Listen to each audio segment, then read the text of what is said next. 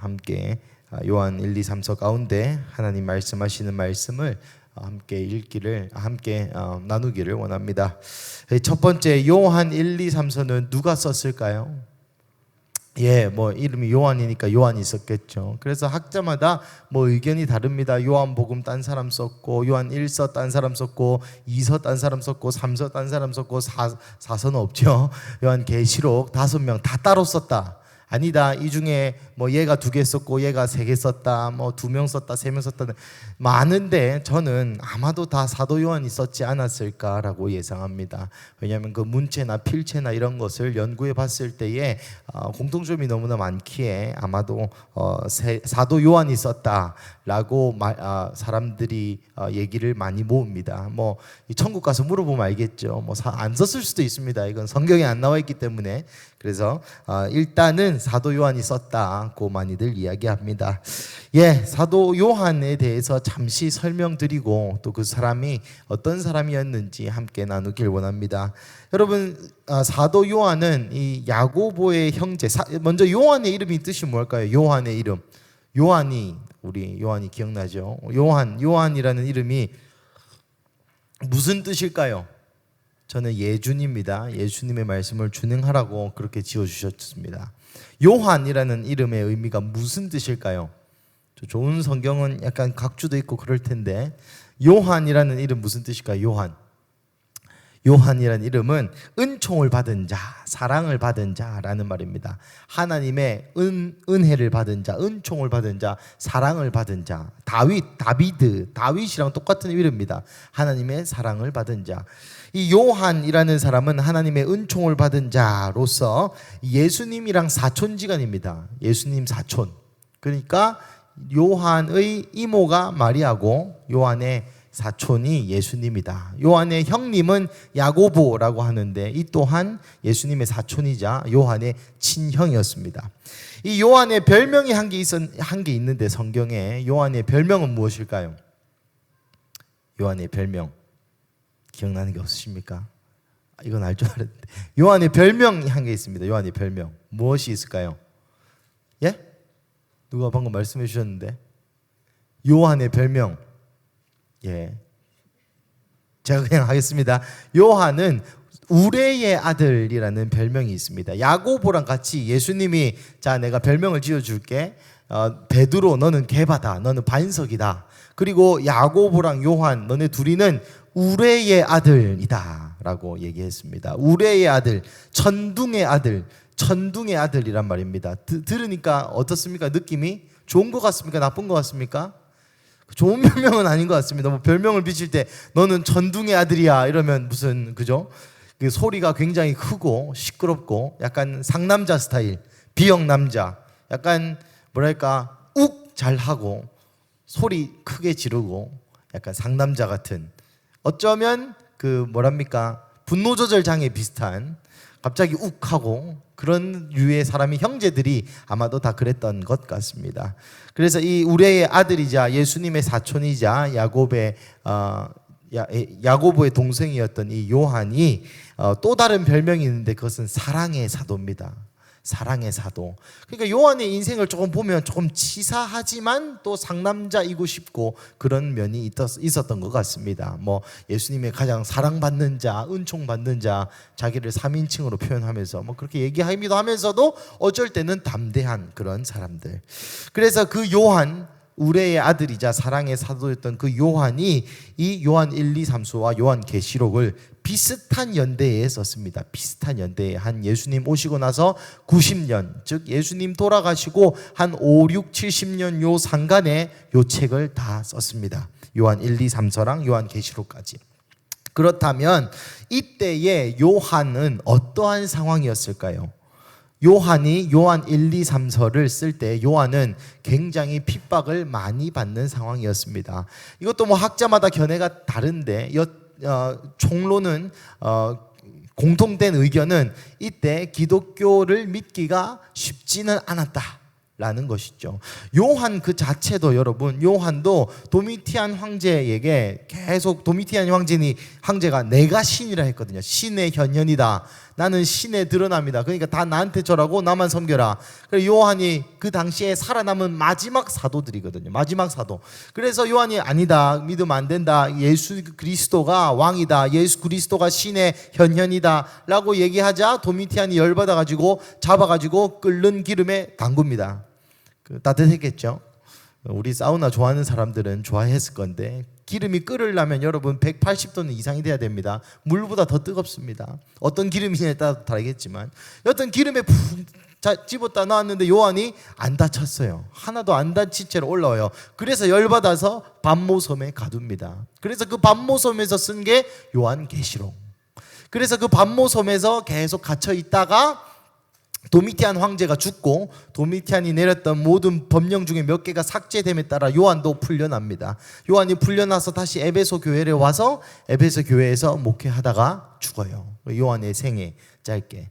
그래서 여러분 요한이 얼마나 많은 기적들을 이뤘는지 모르겠습니다. 하루는 그 반모섬에서 유배를 풀려서 돌아오는 길에 제가 적어왔습니다. 드루시아나라는 여자가 요한을 기다리다가 요한의 제자였겠죠. 그 요한을 기다리다가 요한이 한 7, 8년 정도 갇혀 있었는데 갇혀 있는 동안 죽었어요. 그 죽어서 때마침 요한이 들어오는 날 그 여자 장례가 있던 날이에요. 그래서 요한이 와가지고 일어나라 하니까 일어나고. 그리고 또 요한이 또 지나가다가 많은 기적들이 있습니다.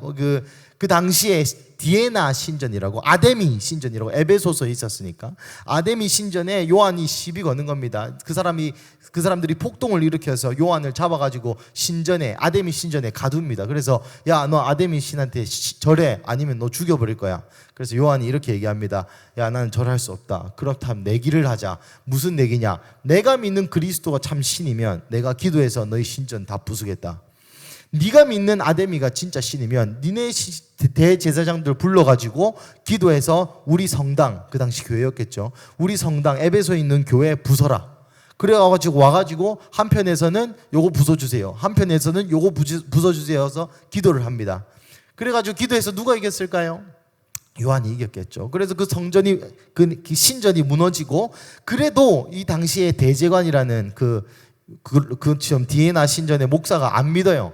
하나님 안 믿습니다. 예수님 안 믿습니다. 그래서 요한이 그럼 어떡하려면 네 예수님 믿을래? 그 디에나 사제관이 이렇게 얘기합니다. 야, 네 독약 먹고 살면 내가 예수님 믿을게. 그래가지고 요한이 알았다 독약 가져와라. 이래서 독약을 받습니다. 그런데 요한이 야, 이 독약 내가 먹으면 가짜일 수도 있으니까 다른 사람한테 먼저 먹여봐. 그래가지고 그때에 죽을 사형 집행 언도를 받은 두 사람에게 독약을 먹습니다. 두 사람이 바로 죽어요. 요한도 먹습니다. 죽었을까요?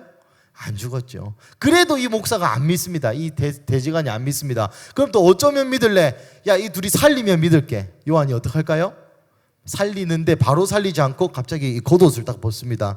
그래갖고 그 대제관에게 겉옷을 줍니다. 그 대제관이 겉옷, 야, 이 외투를 왜 날로 주냐?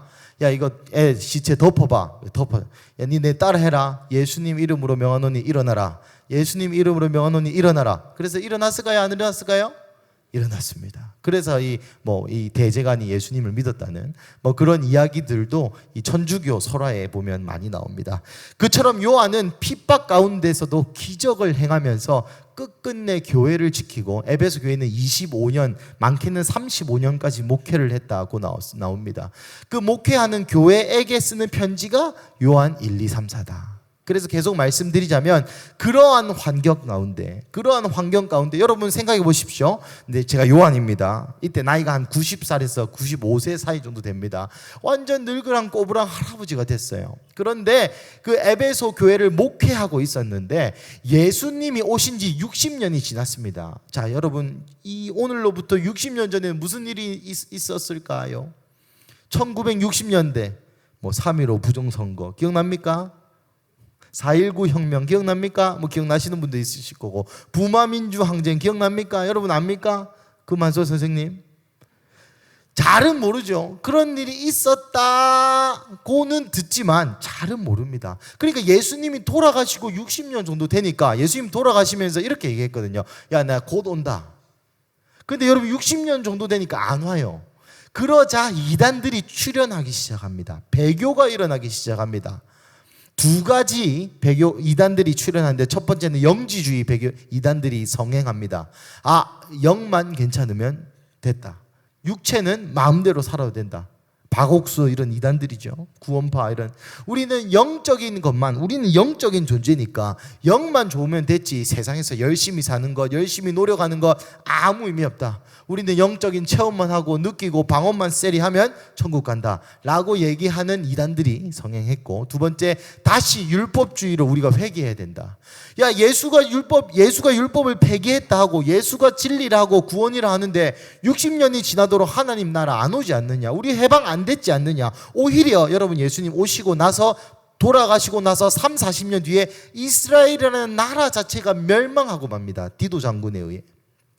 그러니 예수님 다시 오신다, 하나님 나라 다시 온다 했는데 이스라엘 망하고 이거 뭐냐, 이거 다 가짜다. 그래서 다시 우리는 율법주의로 돌아가야 된다라고 하는 이 두 가지 이단들이 에베소 교회와 그 당시 요한이 목회하던 소아시아 교회에 이제 사람들을 잘 빼내오는 것이죠.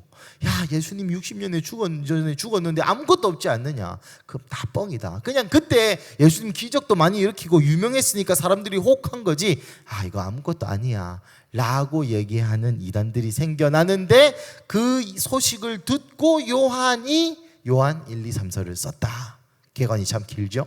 그래서 좀 이해하셨으리라 믿고, 이 이해함 안에, 이 인식 안에 요한 1, 2, 3서를 함께 보겠습니다.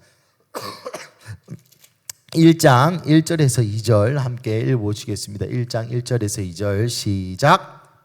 더 있는 생명의 말씀에 관하여는 우리가 들은 바요, 눈으로 본 바요, 자세히 보고 우리의 손으로 만진 바라.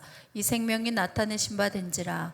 이 영원한 생명을 우리가 보았고 증언하여 너희에게 전하노니 이는 아버지와 함께 계시다가 우리에게 나타내신 바 된 이시니라. 아멘. 태초부터 있는 생명의 말씀. 여러분 누가 기억납니까? 요한복음 1장 1절이 기억나죠? 요한복음 1장 1절 한번 틀어주시겠습니까? 시작. 태초에 말씀이 계시니라. 이 말씀이 하나님과 함께 계셨으니 이 말씀은 곧 하나님이시라. 여러분, 요한에게 말씀은 다 예수님입니다. 그러니까 요한복음의 특징은, 요한복음과 요한 1, 2, 3서의 특징은 하나님이 예수님이다. 하나님이 예수님이고 예수님이 하나님이고, 그것이 빛이자 진리자. 그러니까 하나님 이꼴 예수님 이꼴 빛 이꼴 진리, 이거를 강조하는 게 요한 서신서와 요한의 하나의 특징입니다. 그러니 태초에 있는 생명의 말씀, 이거 누굽니까? 예수님인데 태초에 말씀이 계시니라. 이 말씀은 곧 뭐라 했습니까? 요한복음 1장 1장에 하나님이시다. 예수님이 곧 하나님이시다라는 것을 한 번 더 강조하는 것입니다. 그리고 이 태초의 말씀은 우리가 듣고 보고 느꼈다 라고 나와 있죠. 만졌다. 듣고 보고 만진 바라. 요한은 실제로도 이 생명의 말씀 그 자체이신 예수님을 듣고 보고 만졌습니다. 이것은 무슨 말입니까? 복음은 경험돼야 된다는 것입니다. 많은 사람들이 복음에 대해서 압니다. 그리고 많은 사람들이 복음을 믿습니다. 하지만 많은 사람들이 복음을 경험하진 못했습니다. 외람된 얘기지만 저번 주에 어떤 그 선교 단체에 선교사, 목사, 자녀들, MK들, PK들 설교하는 기회가 있어서 갔다 왔습니다. 그래서 예수님 믿는 사람 다 손 들었어요. 예수님 만나본 사람 아무도 손 안 들었습니다.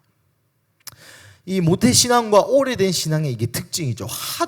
하도 예수님께서 나의 죄를 위해 돌아가셨다는 말을 많이 들으니까 이 아는 지식이 내 믿음이 되어버린, 하지만 예수님을 만난 생생한 경험은 없는, 그 예수님을 듣고 보고 만진 적은 없는 세대들이 사실 요즘의 한국의 다음 세대라는 생각도 듭니다.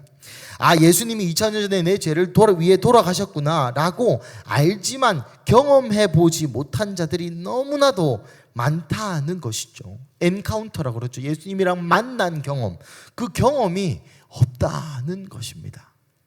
이 경험이 없는 자들은 외면적으로는 똑같습니다. 똑같이 신앙생활하고 교회도 오고 수요예배도 오고 예수님이 날 위해 돌아가신 거를 알고 또 믿지만 이 위기가 올 때, 환란이 올 때, 인생에 어려움이 있을 때 그런 경험이 없는 자들은 넘어지기 십상인 것이죠.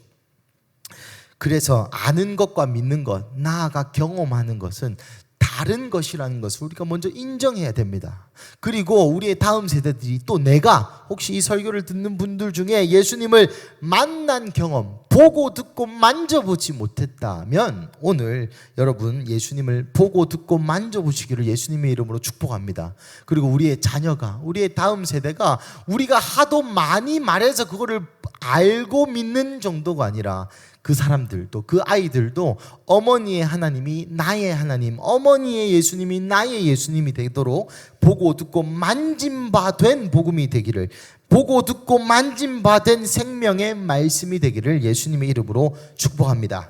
두 번째로 이것은 생명의 말씀입니다. 여러분, 생명의 말씀이라는 것은 무엇일까요? 여러분, 처음 생명, 여러분 생명이 뭡니까? 삶이 뭡니까? 인생, 생명이 뭡니까? 삶은 계란입니까? 이런 농담 옛날에 많이 했는데, 그죠? 생명이 뭡니까? 생명. 뭘 보고 살았다 합니까? 이건 질문입니다. 혹시나 대답을 안 하시길래 이거 질문입니다. 뭘 보고 이것이 살았다고 생각합니까? 네? 정답이 없습니다. 과학 시간이 아닙니다. 말씀해 주시면 됩니다. 뭐 자기의 생각을 뭘 보고 이게 살았다고 여러분 얘기합니까? 예? 소금요? 호흡. 호흡. 죄송합니다. 제가 아파갖고. 호흡하면 인간은 살아있다고 하죠. 맞습니다. 근데 호흡하지 않는 그 단세포 생물 이런 것도 있죠. 생명이라는 것은 따라해봅시다. 변화하고 움직이는 것. 변화하고 움직이는 것을 우리가 보고 살았다고 표현을 합니다. 지속적인 변화와 움직임이 있는 것을 보고 살았다라고 표현을 해요. 지렁이도 움직이고 있는 걸 보고 야, 얘 살았다지, 가만히 100년 동안 있는 지렁이를 보고 우리가 살았다고 표현하지 않죠. 그 자리에 있는 바위를 보면서 자, 저 바위가 살아있다고 표현하지 않죠. 만약에 바위가 다리가 달려가지고 걸어다니면 우리는 그때 살았다고 표현합니다. 여러분, 이것이 생명입니다. 지속적이고 연속성을 가진, 움직임을 가진 존재들이 생명 있다라고 우리는 표현합니다. 그러면 생명의 말씀이다라는 의미는 무엇일까요? 우리의 삶 가운데 지속적이고 연속적인 영향력이 있어야만이 우리는 살아있는 말씀이다라고 표현할 수 있습니다. 만약에 이것이 우리의 지속적이고 연속적인 삶 가운데 아무 의미가 없다면 그것은 살아있는 생명이 아니겠죠. 어제 먹은 말씀입니다. 그저께 먹은 말씀입니다. 죽음의 말씀이 아니라 죽어있는 말씀이 되는 것이죠. 고로 태초부터 계신 생명의 말씀은 오늘도 여전히 우리의 삶 가운데 어떠한 종류의 영향력을 미치고 있어야 살아있는 생명의 말씀이라 표현할 수 있다는 것이죠. 고로 오늘 본문의 생명의 말씀은 우리에게 예수님이 오늘도 우리에게 영향력이 있는가라는 질문에 귀결돼야 합니다. 우리가 하는 모든 행동과 삶에 예수님이 영향이 있는가? 그 그리스도의 복음과 구원의 감격이 만났을 때뿐만 아니라 10년 전, 20년 전, 30년 전뿐만 아니라 오늘도 지금 여전히 그 구속의 은혜가 우리 가운데 있는가 하는 질문이라는 것이죠. 계속해서 이렇게 하면은 오늘 하루 안에 절대로 1장도 못 맞을 것 같아서 조금 빨리 해보겠습니다. 2절에 보면 이 생명이 나타나신 바 되었다. 나타난 바 되었다는 이 라틴어로 하면 파네로스라는 말인데 명백하다라는 말입니다. 이 생명이 명백하게 드러났다. 이 두 가지 말했던 그 이단들이 진리가 아니고 그것이 생명이 아니다.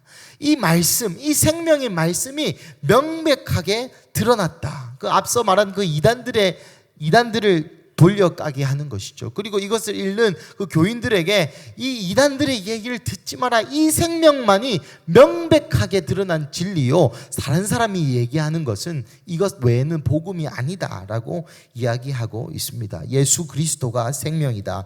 예수 그리스도가 진리다. 이것을 나 요한 그리고 우리 사도들이 증언하였다. 여러분, 누군가 설득시킬 때는 세 가지 방법이 있습니다. 이성에 설득하고, 감정에 설득하고, 권위에 설득하는 거. 여러분, 예를 들면 제가 만약에 여러분 앞으로 토마토를 매일 갈아 마시면 암에 절대 안 걸립니다 하면 여러분 어떻게 생각하시겠습니까? 뭐 네가 뭔데? 네가 무슨? 근데 만약에 제가 예를 들어서 뭐 서울대 생명공학 박사 암센터 뭐시기 거시기입니다. 제가 얘기합니다. 여러분 토마토를 갈아 마시면 암에 안 걸립니다. 그럼 여러분 마시겠습니까? 안 마시겠습니까? 마시겠죠. 그런 겁니다. 요한이 나의 요한이 내가 보고 듣고 만진 예수님의 말씀을 직접 사사받은 내가 너에게 증언한다. 이것이 사실이다. 라고 얘기하면서 이 성도들을 계속 응원하고 예수님의 복음의 진리가 최고다라는 것을 계속해서 말하고 있는 장면입니다. 3절 4절 우리 한번 읽어보겠습니다. 시작. 우리가 보고 들은 바를 너에게도 전함은 너희로 우리와 사귐 있게 하려 함이니 우리의 사귐은 아버지와 그의 아들 예수 그리스도와 더불어 누림이라. 우리가 이것을 쓰면 우리의 기쁨이 충만하게 하려 함이라. 아멘. 우리가 보고 들은 바, 아까 말했던 그 생명의 말씀을 너희에게도 전하는 이유는, 너희에게도 전함은 너희로 우리와 사귐이 있게 하려 합니다. 여기서 사귄다는 것은 이 남자 여자 서로 사귄다 이런 말이 아니라 코이노니아라는 말입니다. 현대어로 교회라고도 번역되는 단어 중 하나죠.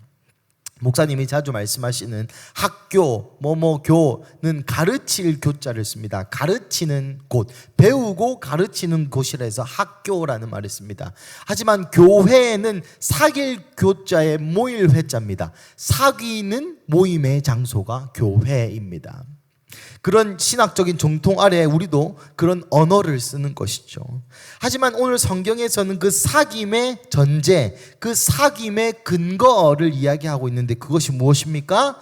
이 우리가 보고 들은 바, 생명의 말씀이라는 것입니다. 그러면 우리의 사귐의 목적이 이 생명의 말씀, 즉 예수님이다라는 것입니다. 우리 교회에서 큰숲 교회 당에서 우리가 지금 만나고 있는 이 교회, 우리가 사귐의 목적, 사귐의 이유, 사귐의 근거가 예수님이라는 것이죠. 우리가 니캉네캉 만나서 볼링 치고 5만 원씩 걷어가지고 좋은데 맛있는 거 먹으러 가고 백숙 먹으러 가고 그러기 위해서 만나고 동아리 모임을 하기 위해서 만나는 그러한 존재들이 아니라 우리 교회의 이름으로 모인 모임의 목적은 교회를 불려보고 잘하고 사회에 영향을 끼치고가 아니라 예수님이라는 것입니다. 그러니 우리 모임의 주제가 뭐겠습니까? 예수님입니다. 우리가 서로 밥 먹고 마치고 셀 모임하고 성경 공부하고 예배를 오고 죄송합니다. 모든 우리 교회라는 이름으로 모인 모임의 주제는 예수님이어야만 한다는 것입니다. 그리고 이 예수님을 보고 듣고 만진 바 된 사람들이 모인 곳이 교회다라는 것이죠. 그러면 예수님을 보고 듣고 만진 바가 없는, 예수님과 인격적인 경험이 없는 자들은 교회라 불릴 수 없다는 것을 이야기하고 있는 것입니다. 참 무섭죠. 그래서 여러분 셀 모임 때마다 물론 우리 아픔과 슬픔을 서로 닦고 위로하겠지만 그 위로의 주체가 예수님이라는 것을 항상 기억하시기 바랍니다. 우리가 서로 볼링도 치고 오리백숙도 먹으러 가겠지만 그 모든 목적이 예수님에 있다라는 것을 항상 기억하시기를 축복합니다. 이게 잘못 굴러가면 우리는 밖에서 동아리 모임하는 거와 질적으로 다르지 않게 되어버린다는 것이죠. 이 생명의 말씀이 없는 모임은 그냥 모임이지 코이노니아, 사귐이 될 수 없다는 것입니다. 두 번째, 이 사귐의 의미는 참여한 자들이라는 해석도 가능합니다. 예수님에게 참여한 자들이라는 말이죠. 뭐에 대해서 참여하겠습니까? 베드로전서 4장 13절 한번 읽어보겠습니다.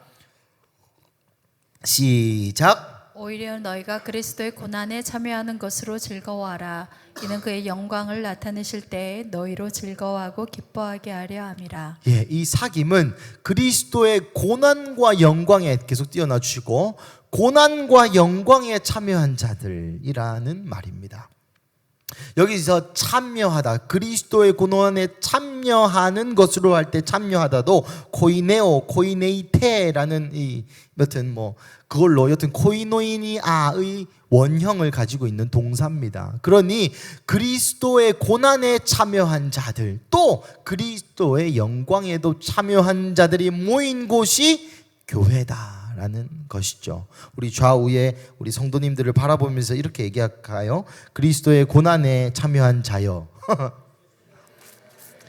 예, 그리스도의 영광에 참여한 자여. 예, 우리는 그리스도의 코이노니아, 그리스도의 영광에도 고난에도 참여한 것입니다. 여러분, 그리스도의 영광과 고난에 참여하기 위한 전제 조건 또한 그리스도를 경험한 자들이라는 의미도 갖게 됩니다. 그리스도를 경험하지 못하면 그리스도의 고난에도 참여할 수 없고, 그리스도의 고난에 참여하지 못하면 영광에도 참여할 수 없기 때문입니다. 그러면 그리스도를 경험한다는 것은 무슨 의미일까요? 여러분, 좌우에 이렇게 다시 한번 묻겠습니다. 예수님 만나신 적 있습니까? 언제 어떻게 만났습니까? 서로 한번 물어보십시오. 여러분, 대체적으로 예수님을 만난다 이런 책을 읽어보면 이러한 단계가 있습니다. 첫 번째, 예수님께서 이름을 부르신다. 누구누구야, 예준아, 누구야? 한번 불러볼까요? 스스로 제 이름을, 스스로 자기 이름을. 시작. 누구야? 예수님이 누구야? 라고, 예준아, 소희야, 누구야? 자스민아, 아니 영어로 하시겠죠, 자스민한테는. 누구누구야 라는 이름을 먼저 듣고, 두 번째, 예수님께서 사랑한다고 말씀해 주신답니다. 저도 그랬던 것 같아요. 그런데 그 목소리를 듣는 순간 우리의 반응은 무엇입니까? 아, 예, 예수님 나 사랑한단다, 오예, 기분 좋다가 아니라 그 십자가를 느끼고 회개가 몇 시간이고 막 6시간, 뭐 어떤 사람은 4시간 걸렸다 하고, 뭐 죄 많은 사람은 뭐 20시간 걸렸다 하고, 여튼 몇 시간에 걸친 회개가 일어난대요. 하나님, 내 초코바이 뺏어 먹은 것부터 잘못했습니다부터 새치기 한 거, 뭐 한 거. 그 저도 어릴 때 그랬던 것 같습니다. 그리고 내가 철저히 죄인임을 깨닫고 몇 시간이고의 회개 이후에 세상이 아름다워 보이고, 그렇게 미워 죽겠는 저 땡땡 놈도 사랑하게 되고, 별들도 주님 찬양하는 것 같고, 구름도 주님 찬양하는 것 같고, 이 세상 만사가 다 주님 찬양하는 것 같고, 그런 은혜, 감격이 예수님을 보고 듣고 만났다는 경험의 요약으로 볼 수 있겠습니다. 5절에서 7절 한번 읽어보겠습니다. 시작.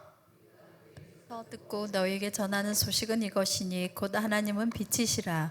그에게는 어둠이 조금도 없으시다는 것이니라. 만일 우리가 하나님과 사귐이 있다 하고 어둠에 행하면 거짓말을 하고 진리를 행하지 아니함이거니와, 그가 빛 가운데 계신 것 같이 우리도 빛 가운데 행하면 우리가 서로 사귐이 있고 그 아들 예수의 피가 우리를 모든 죄에서 깨끗하게 하실 것이요. 아멘. 하나님은 빛이시다라는 것입니다. 여러분, 하나님이 빛이시다라는 것은 굉장히 심오한 의미가 있습니다. 아까 말씀드렸듯이 하나님이 예수님이고 하나님이 빛이시라면 예수님도 빛이시다라는 뭐 그런 표현이 되겠죠. 제가 준비한 사진 두 번째 거 한번 펼쳐주십시오. 여러분, 빛에 대해서 얘기하려면 여러분 수도 없이 얘기할 수 있는데, 예, 빛은 뭐 파동이다, 입자다, 뭐 이런 얘기부터 물리학으로 갈 수 있지만, 여러분, 우리가 보는 태양빛은 8분 전에 태양으로부터 빡 쏜 빛을 우리가 보고 있는 겁니다. 여기 보십니까? 빛을 타고 여기 태양부터 지구까지의 거리가 있는데 빛의 속도로 가면 8분 딱 걸려요. 그러니까 태양에서 빛을 8분 전에 쏜 빛을 우리가 내일 아침부터 보게 될 거예요. 8분 전에 본. 그러니까 태양이 망하고 8분 뒤에 우리는 태양이 망한 걸 알 수 있겠죠. 그죠? 제가 왜 이걸 얘기하냐? 여러분, 여기서 태양이 하나님이시고 태양에서 쏘인 빛이 예수님이십니다. 그러니까 태양이랑 태양에서 쏜 빛 중에 뭐가 태양입니까? 둘 다 태양입니다. 둘 다.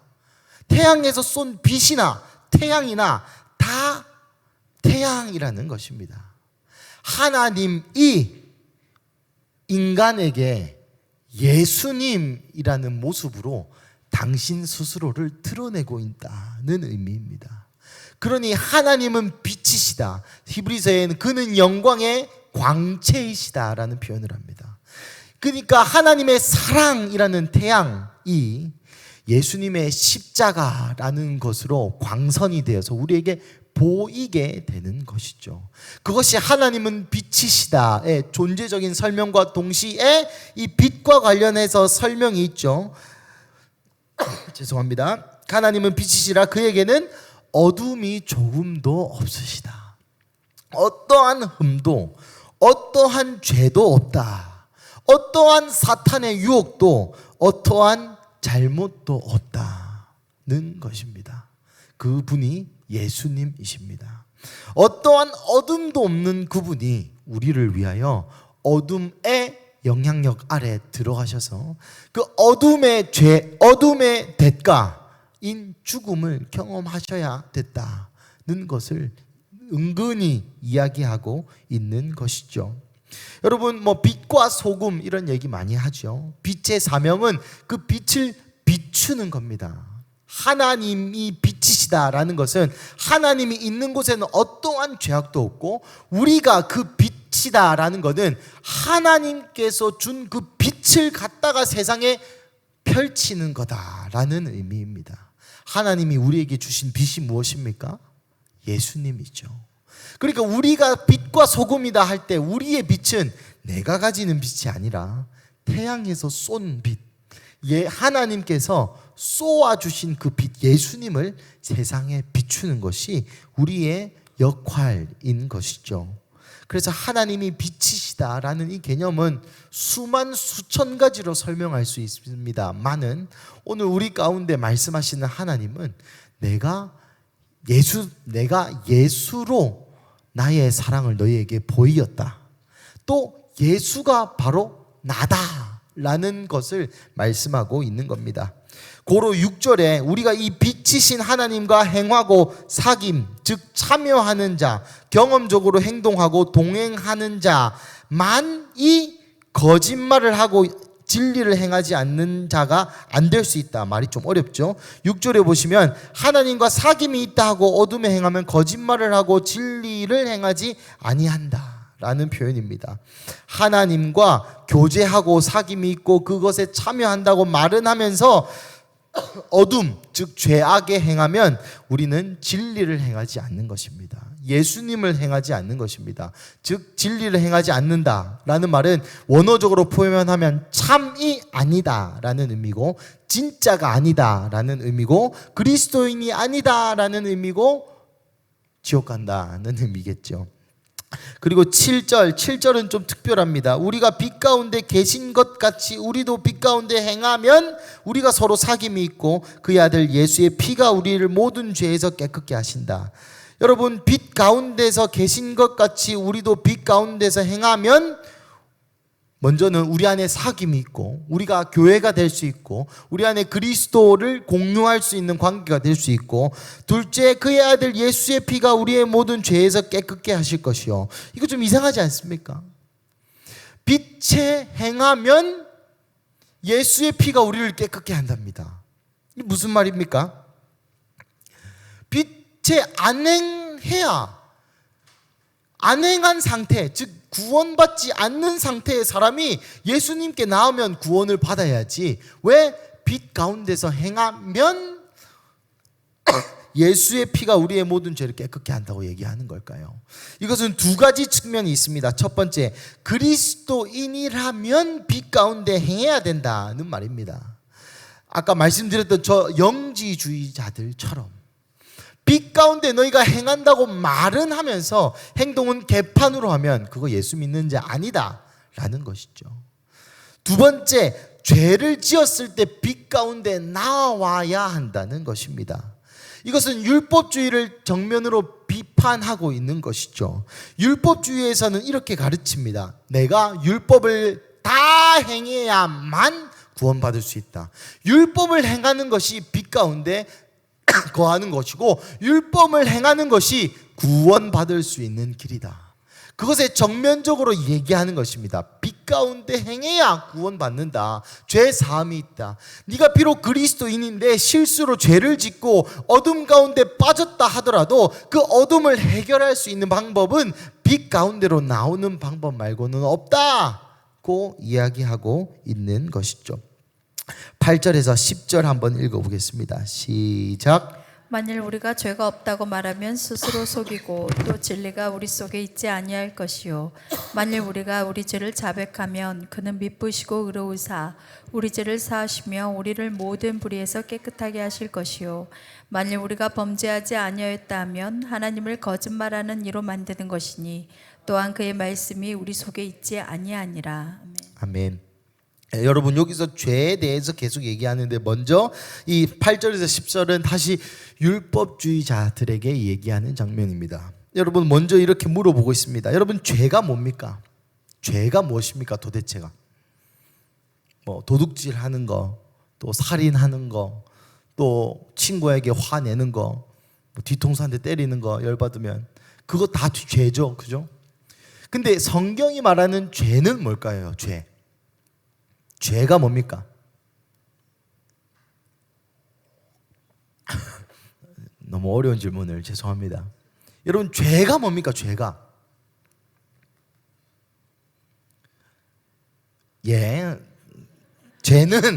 죄는 따라해봅시다. 하나님이 아닌 것이 죄의 정의입니다. 그러니까 컵이 뭡니까? 담을 수 있는 것, 이렇게 표현하죠. 죄가 뭐냐면 하나님이 아닌 것을 죄라고 합니다. 찔러 죽이는 게 죄가 아니라 하나님이 아닌 것이 죄입니다. 조금 더 풀어서 설명하면 하나님이 하지 말라고 하는 걸 하거나 하나님이 하라는 것을 안 하는 게 죄입니다. 선악과를 따먹은 게 죄가 아닙니다. 하나님이 하지 말라고 했는데 해서 죄예요. 그게 꼭 선악과가 아니라 하나님이 배나무를 따먹지 말라, 사과나무 따먹지 말라, 살구나무 따먹지 말라, 귤나무 따먹지 말라 했으면 사과나무 따먹은 게 죄입니다. 귤 따먹은 게 죄입니다. 선악과가 중요한 게 아닙니다. 죄의 정의는 하나님이 아닌 것이 죄의 정의입니다. 그러니까 여러분, 아담과 하와 할 때 하와를 미워할 필요가 없습니다. 왜냐하면 아담이 선악과 안 따먹었어도 제가 한 5만 개 더 따먹었을 겁니다. 그러니 저를 통해서 죄가 세상에 들어왔을 거예요. 100% 저는 확신합니다. 그러니 여러분, 죄라는 것은 먼저 하나님이 아닌 것이 죄다 라고 우리가 그런 가치관을 들고 있어야 된다는 것입니다. 다른 사람에게 피해를 끼치고 민폐를 끼치고, 여러분, 동성애가 왜 죄입니까? 하나님이 명령하셨기 때문에 죄입니다. 만약에 성경에 하나님이 동성애에 대해서 죄가 아니라 하면 동성애가 죄가 아닌 겁니다. 우리 그리스도인의 성경적인 기준의 죄는 하나님이 말씀하신 것이 절대 진리가 되는 것이, 그것이 성경적 사고요. 그것이 죄의 기준입니다.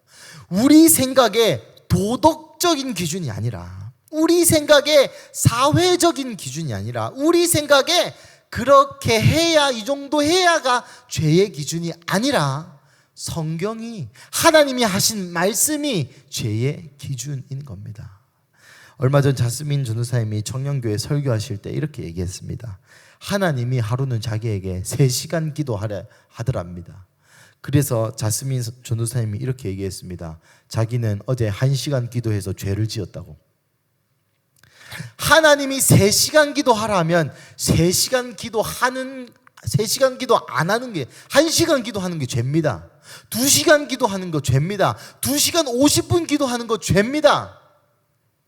3시간 기도하는 게 죄가 아닌 겁니다. 그것이 여러분 죄라는 인식으로 오늘 성경을 보시면, 만일 우리가 죄가 없다고 말하면 스스로 속이고 진리가 우리 속에 있지 아니하다. 여러분, 율법주의자들이 율법을 지킴으로써 스스로 죄가 없다고 얘기합니다. 맞습니까? 아닙니다. 하나님이, 여러분 율법이 뭡니까?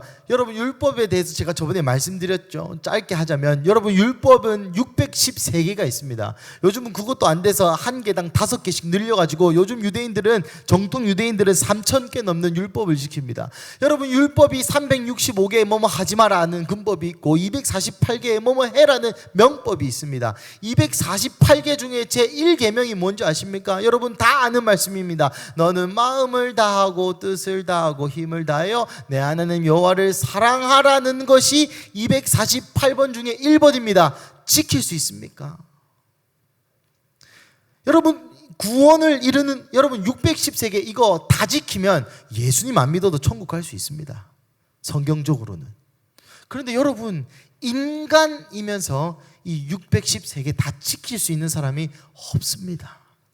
불가능합니다. 내 마음을 다하고 뜻을 다하여 내 여호와 하나님을 사랑하라는 이 계명조차 우리는 지킬 수가 없어요.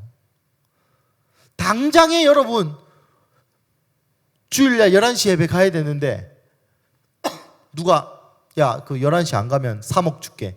그러면 갑니까 안 갑니까? 저는 모르겠습니다. 그래 3억 받고 2시 가면 되지. 뭐 그런 생각할 수도 있고. 11시 예배에 오는 거 이게 중요한 게 아니라 하나님이 말씀하니까, 하나님이 예준아 받지 말고 11시 예배 가라, 물러가라 하겠죠. 하나님 3억이면 우리 교회 뭐도 하고 조명도 바꿔야 되는데 조명도 바꾸고, 이게 여러분 못합니다. 마음과 뜻과 정성을 다해 하나님을 우리가 어떻게 사랑합니까? 또 계명 중에 이런 게 있습니다. 예수님 말씀하신 계명 중에 내 이웃을 네 몸과 같이 사랑하라. 어쩌면 할 수 있을 것 같습니다. 내가 너희를 사랑한 것 같이 원수를 사랑하라. 말이 됩니까? 예수님이 우리를 어떻게 하나님이 우리를 어떻게 사랑하셨습니까? 자기 아들을 죽이면서까지 우리를 사랑하셨습니다. 여러분 원수를 위해 윤희를 죽입니까? 미쳤습니까? 저에게 은혜를 주신 분에게도 윤희 못 잡습니다. 그 어떤 사람이 저에게 네 아들 죽이면 영화 같은 스토리를 만들어 보면 윤희가 무슨 특별 혈액형이어가지고 누가 특별 혈액형인 병에 걸렸는데 윤희 다 뽑으면 산다. 절대 그냥 죽으라 합니다. 니도 천국 가라 안녕 하죠. 절대 그렇게 사랑 못 합니다. 그러니까 사람은 행위로 구원을 받을 수 없는데, 이 율법주의자들은 계속 행위로 구원을 받을 수 있다는 사람들에게 8절 우리가 죄가 없다고 말하면 스스로 속이는 자다, 거짓말이다 라는 거죠. 율법 내 마음과 뜻과 정성을 다해 여호와를 사랑한다고 너희 입으로 얘기하지만 사실 너희 그렇지 않잖아.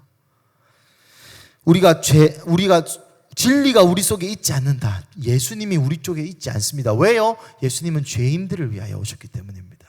스스로 죄 없는 자라고 얘기하는 사람한테는 예수님이 필요 없다는 것이죠.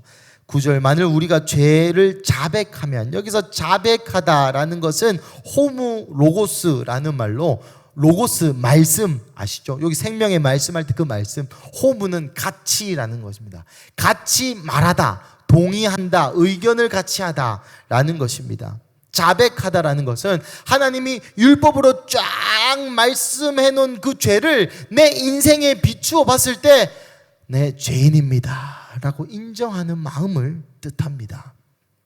또 성령님께서 많은 목소리로 우리의 삶 가운데 찔림을 주셔서 우리가 이렇게 살면 안 되는데, 예를 들어서 하나님이 2천만 원 헌금해라 물러가라 하고 교회 밖을 나가면 마음이 찔리죠. 하나님이 3시간 기도해라 했는데 2시간 기도하고 그래 2시간 정도 했으면 됐지라고 기도의 자리를 뜨면 마음에 찔림이 있죠. 그게 다 성령님이 하시는 말씀이니 그것에 대해서 동의해야 된다는 겁니다. 내가 죄인이구나, 내가 하나님의 말씀을 있는 그대로 순종할 수 없는 사람이구나, 내가 율법을 지킬 수 없는 사람이구나 라는 것을 인정해야 된다는 것이 이 자백입니다. 그럴 때에 구속의 은혜가 있는 겁니다. 그런 자들에게만이 하나님이 구속의 은혜를, 구원의 은혜를 주는 것이죠. 계속 계기입니다. 내 안 했는데요, 내 죄 안 지었는데요, 나 죄인 아닌데요, 이런 사람의 특징이 물귀신 작전을 많이 씁니다. 오늘 성경에 보시면은 거짓말하는 이로 10절에 우리가 만약에 범죄하지 아니하였다면 하나님을 거짓말하는 이로 만드는 것이니 또한 그의 말씀이 우리 속에 있지 않다. 이게 무슨 말이냐면 하나님 보고 거짓말했다라고 얘기하는 거예요. 나 죄 아닌데, 나 죄인 아닌데 하나님이 계속 죄인이라고 하는 하나님이 거짓말. 나아가 나 죄인이 아닌데 그러면 예수님의 죽음을 쓸모없는 걸로 만드는 거짓말.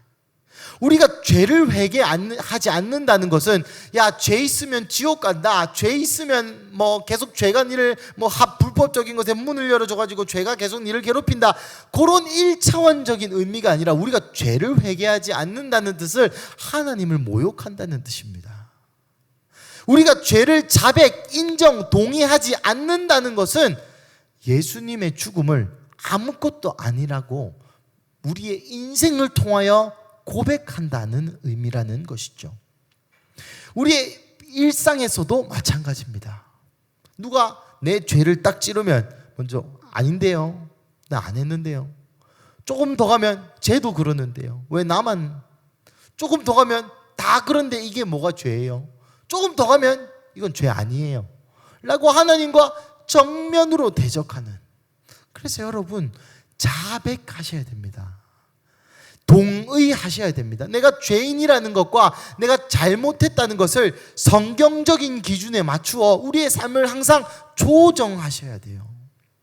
저도 어느새 나의 하나님, 성경을 제가 연구하고 읽다 보면 느끼는 것이, 와, 내가 생각했던 하나님이랑 다른 게 너무 많다. 한 100독 정도 한 것 같습니다. 그런데 뭐 다 기억 안 나요. 뭐 중얼중얼 대도하는 거 있고, 전체부터 끝까지 거짓말 안 하고 한 100독 했고, 요한 계시록 이런 거는 진짜 한 뭐 300-400번 읽었습니다. 그런데 성경을 읽을 때마다 제가 느끼는 거는, 아, 내가 얼마나 하나님을 잘못 생각하고 있는가. 아, 내 생각에는 예수님이 이렇게 말씀했겠지. 아, 내 생각에는 예수님이라면 이렇게 했겠지라는 게 너무 많이 깨어지고 있다는 겁니다. 다시 본론으로 돌아와서, 여러분, 우리는 율법을 지킬 수 없는 존재들입니다. 그래서 예수님이 오셔야만 했던 것이죠. 그래서 하나님께서 예수님을 죽이셔야만 했던 것입니다. 그 예수님과 하나님 앞에서 우리가 무엇이간데 우리는 죄가 없다라고 얘기할 수 있을까요? 이것은 단순히 예수 안 믿는 사람들을 위한 책이 아니라 예수 믿었던 교회들을 위한 책입니다. 그 당시에도 그 안에 불의와 음란과 교만, 크게 보면 이 세 가지입니다. 2장 뒤편에 나오는데, 그러한 것들이 교회 안에 있었던 것 같습니다. 교만한 것, 내 스스로 죄가 없다고 생각한 것, 내 스스로 나는 의롭다고 생각하는 이 생각. 나아가 여러분, 이 구속의 은혜에 대해서 조금 더 설명하고 싶습니다. 먼저 여러분 10절에 보시면, 우리가 만일 범죄하지 아니었다면 하나님을 거짓말로 만드느니, 여러분 시편과 로마서를 통해서 하나님이 모든 사람이 죄를 지었다고 얘기했죠. 그런데 죄가 없다고 얘기하는 건 하나님을 거짓말쟁이로 만드는 겁니다. 또한 그의 말씀이 우리 속에 있지 않다. 예수님이 우리 속에 있을 필요가 없다. 왜? 죄인 아니라며 라고 얘기하게 되는 것이죠. 여러분, 여기까지만 들으면 너무 우리 하나님은 매몰찬 분입니다. 그렇지 않습니까? 죄를 못 짓도록, 그러니까 죄를 이길 수 없도록 그렇게 사람이 창조된 것처럼 보이지만, 그러하기에 예수님의 사랑이 더 위대해 보이는 것입니다. 여러분, 이 본문을 읽고 예수님 안 믿고자 노력하는 사람한테는 하나님이 안 있게 보일 겁니다. 그런데 예수 믿는 자들이 이 구절을 읽었을 때는 은혜가 있는 것이죠. 아, 어쩔 수 없이 죽어야만 했던 나의 인생이 다른 것도 아니라 죄를 지은 것마다 그것에 상응하는 벌을 다 행해서 사해 주는 게 아니라, 아, 자백하면, 빛 가운데로 나오기만 하면 내 죄가 사해지는구나. 여러분, 이것이 은혜 아닙니까? 이것이 은혜 아닙니까? 내 공로로 내 죄값을 3년형, 5년형 쫙 더해가지고 빵에 20년 있다가 나와서 사해주는 게 아니라 그냥 인정합니다. 나 죄인이고 잘못했습니다. 요 한마디 하는 거를 통해서 죄가 사해지는 이 구속의 은혜를 다시 한번 드러내고 있는 것입니다. 2장 1절부터 2절까지 한번 읽어보겠습니다. 시작. 나의 자녀들아, 내가 이것을 너희에게 쓰면 너희로 죄를 범하지 않게 하려 함이라. 만일 누가 죄를 범하여도 아버지 앞에서 우리에게 대언자가 있으니 곧 의로우신 예수 그리스도시라. 그는 우리 죄를 위한 화목제물이니 우리만 위할 뿐 아니요 온 세상의 죄를 위하심이라. 아멘. 여러분, 여기서 대언자라는 말은 파라클레이토스로 보혜사라는 단어랑 똑같습니다. 보혜사가 누구십니까? 성령님이셨죠. 그러니 오늘 요한은 예수님이 또 성령님이다라고 얘기하고 있는 것입니다. 나아가 예수님을 또 다른 표현으로 하고 있죠. 그는 우리 죄를 위한 뭐라고 얘기하고 있습니까? 화목제물이다 라고 얘기하고 있습니다. 여러분, 화목제물은 언제 드리는 제사입니까? 하나님과 인간, 또 인간과 인간 간의 관계에 문제가 있을 때 드리는 제사가 화목제물입니다. 요즘 말로 치면 민사소송할 때 드리는 제사가 화목제물이다라는 말입니다. 이것은 나중에 나올 새 계명과 연결됩니다. 예수님께서 우리에게 뭐라고 얘기하십니까? 내가 다시 너희에게 말하노니 내 하나님 여호와를 사랑하고 내 이웃을 내 몸과 같이 사랑하라. 이 화목제물로 예수님이 우리를 위해서 돌아가셨다라는 것입니다. 이 화목제물의 가장 큰 특징은 하나님께 내장 지방, 내장 기름 덩어리, 콩팥, 간엽만 드리고 나머지는 다 함께 나누어 먹는 것이 화목제물의 특징입니다. 마치 예수 그리스도가 돌아가시고 예수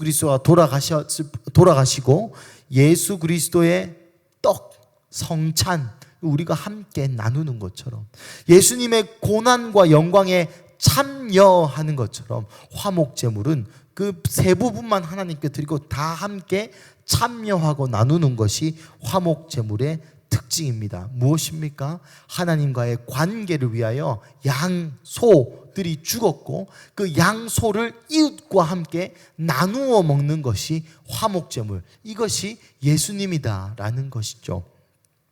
하나님과의 관계, 사람들과의 관계, 사귐을 위하여 예수 그리스도께서 죽었다고 요한은 이야기하고 있습니다. 그런데 문제가 있죠. 어떤 문제가 있습니까? 우리가 하나님과의 관계를 신경 쓰지 않는다는 문제가 있습니다. 여러분, 예수님이 우리를 위해서 왜 죽으셨냐면 죄를 없이 하기 위해서 죽으셨죠. 근데 왜 죄를 없이 해야 됩니까? 우리로 하여금 천국만 가기 위해서 죄를 없이 하기 위해 죽었습니까? 제가 만약에 하나님이었으면 그냥 그러기 위해서가 아니라, 만약에 그러기 위해서였으면 저는 인간에게 절제할 수 있는 능력을 주었지 제 아들을 죽이진 않았을 것입니다. 인간에게 절제할 수 있는 능력을 주어서 율법을 지키도록 해서 천국에 가도록만 하지 내 아들을 죽이진 않았을 것입니다. 예수님께서 아들 예수를 죽인 궁극적인 이유는 우리를 아들의 관계를 회복시키기 위해서 아들인 예수가 죽으셔야 했던 것이죠. 그러면 여기서 우리의 삶에 질문이 필요합니다. 그렇다면 그 구원의 결과를 우리는 누리고 있는가 하는 질문을 던져보아야 되는 것이죠. 이게 종교적으로 제가 이렇게 표현하였지만 실제 일상에서의 우리의 적용의 질문은 어떻게 돼야 되겠습니까? 내가 매일의 삶에 하나님과 어떤 연관을 지으면서 살아가고 있는가 하는 것이죠.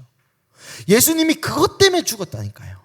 오늘 성경이 얘기하기도 예수님이 하나님과 우리의 관계를 위하여 화목제물로 돌아가셨는데 하나님과 우리의 관계를 누리고 있냐 하는 것입니다.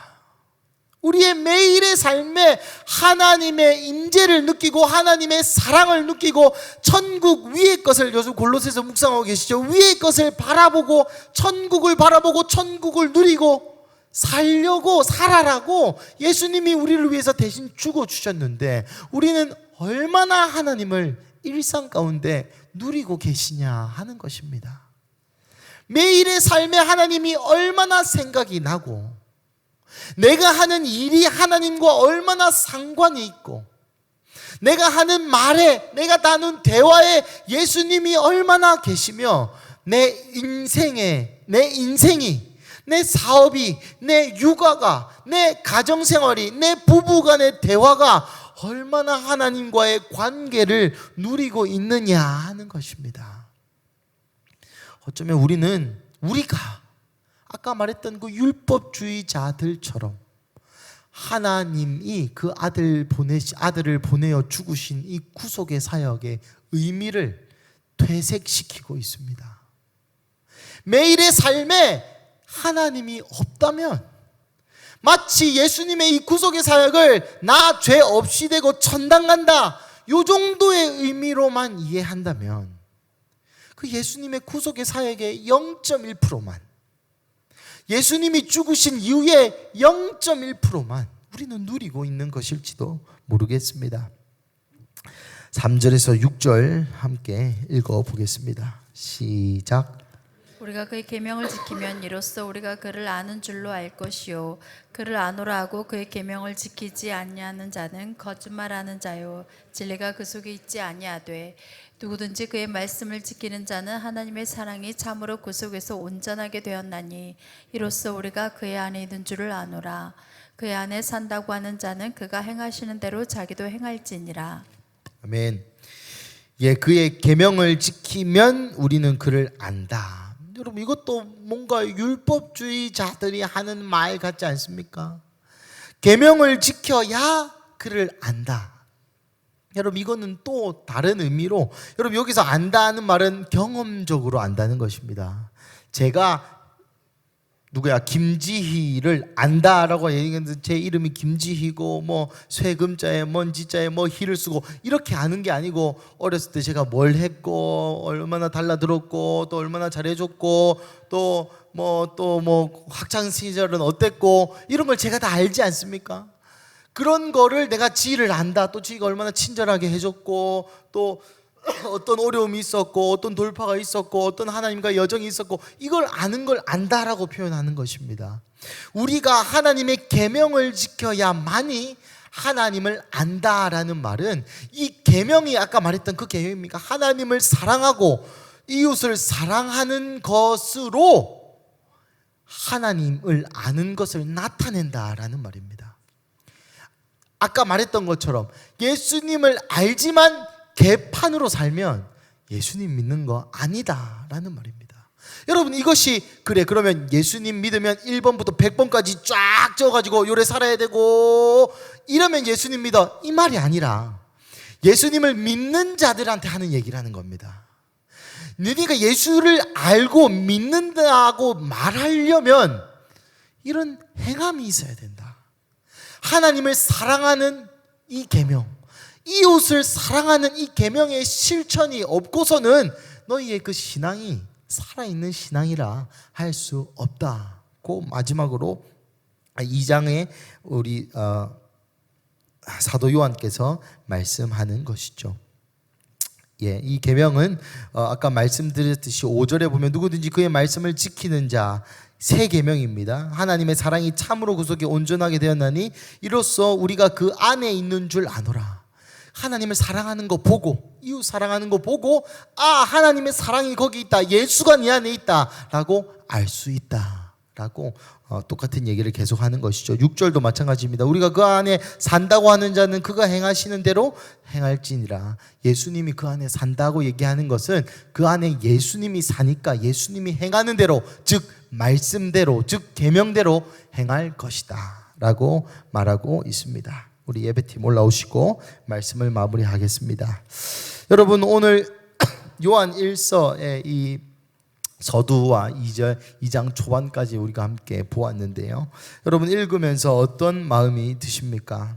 저는 이 요한의 생애를 조금 연구하고 또 공부하고 또 요한 1서가 제가 공부한 그 요한 사도께서 하는 말이라는 생각이 들어서 굉장히 좀 더 피부에 와닿게 이해가 되었습니다.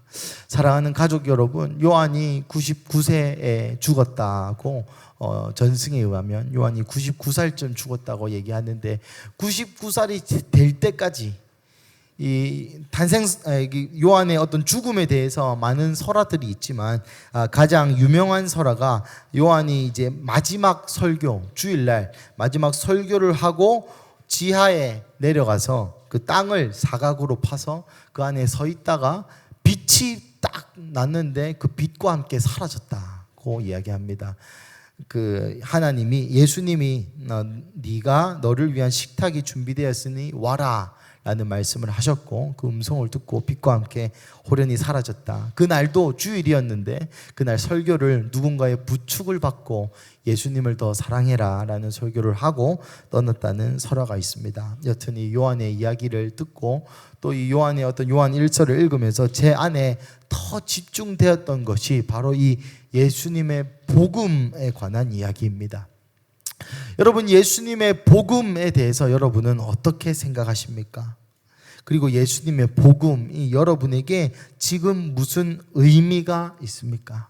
하나님이 빛이시고 하나님이 진리시고 예수님이 하나님이시고 이런 종교적인 혹은 성경적인 혹은 신학적인 문장들이 여러분에게 어떻게 와닿으시냐 하는 질문입니다. 그것은 저에게도 그냥 그런 질문이 스며들었습니다. 반주해 주셔도 됩니다. 복음이라는 것, 그리고 또 요즘 제가 전도를 저희 청년들이랑 많이 하죠. 그 전도를 하다가 느낀 게 이것입니다. 너무 동떨어져 있다. 내 복음이 예수님이 내 죄를 사하려고 십자가에 못 박히시고 3일 만에 부활하시고 40일 동안 제자들과 많은 사람들에게 그 몸을 보이시고 하늘에 올라가셨다가 다시 돌아오신다고 하는 이 복음이 나랑 너무 동떨어져 있는 겁니다.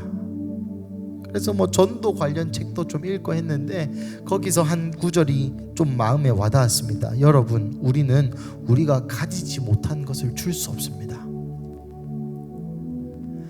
복음이 여러분에게 10년 전에, 20년 전에, 30년 전에 그때 먹은 말씀이라면 우리는 그때 먹은 말씀을 줄 수 없습니다. 왜요? 지금 우리에게 그것이 생명의 말씀이 아니기 때문입니다. 많은 사람들이 이렇게 얘기합니다. 신앙의 연수가 오래되면 그렇게 될 수밖에 없다. 하지만 여러분, 그것은 비정상적인 것이라는 것을 우리는 인정해야 됩니다. 우리가 예수님을 뜨겁게 사랑하지 못하는 것이 비정상적이라는 것을 먼저 우리는 인정해야 할 것입니다. 나아가 이 복음 앞에 다시 우리를 비추어 보았을 때 그때 처음 만난 그 예수님의 복음과 그때 처음 만난 그 예수님의 감격이 지금 우리가 느끼는 감격과 다르다면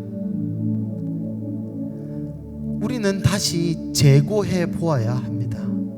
물론 사랑이라는 것은 시간이 가며 다른 방향과 다른 종류로 드러나고 나타날 것입니다.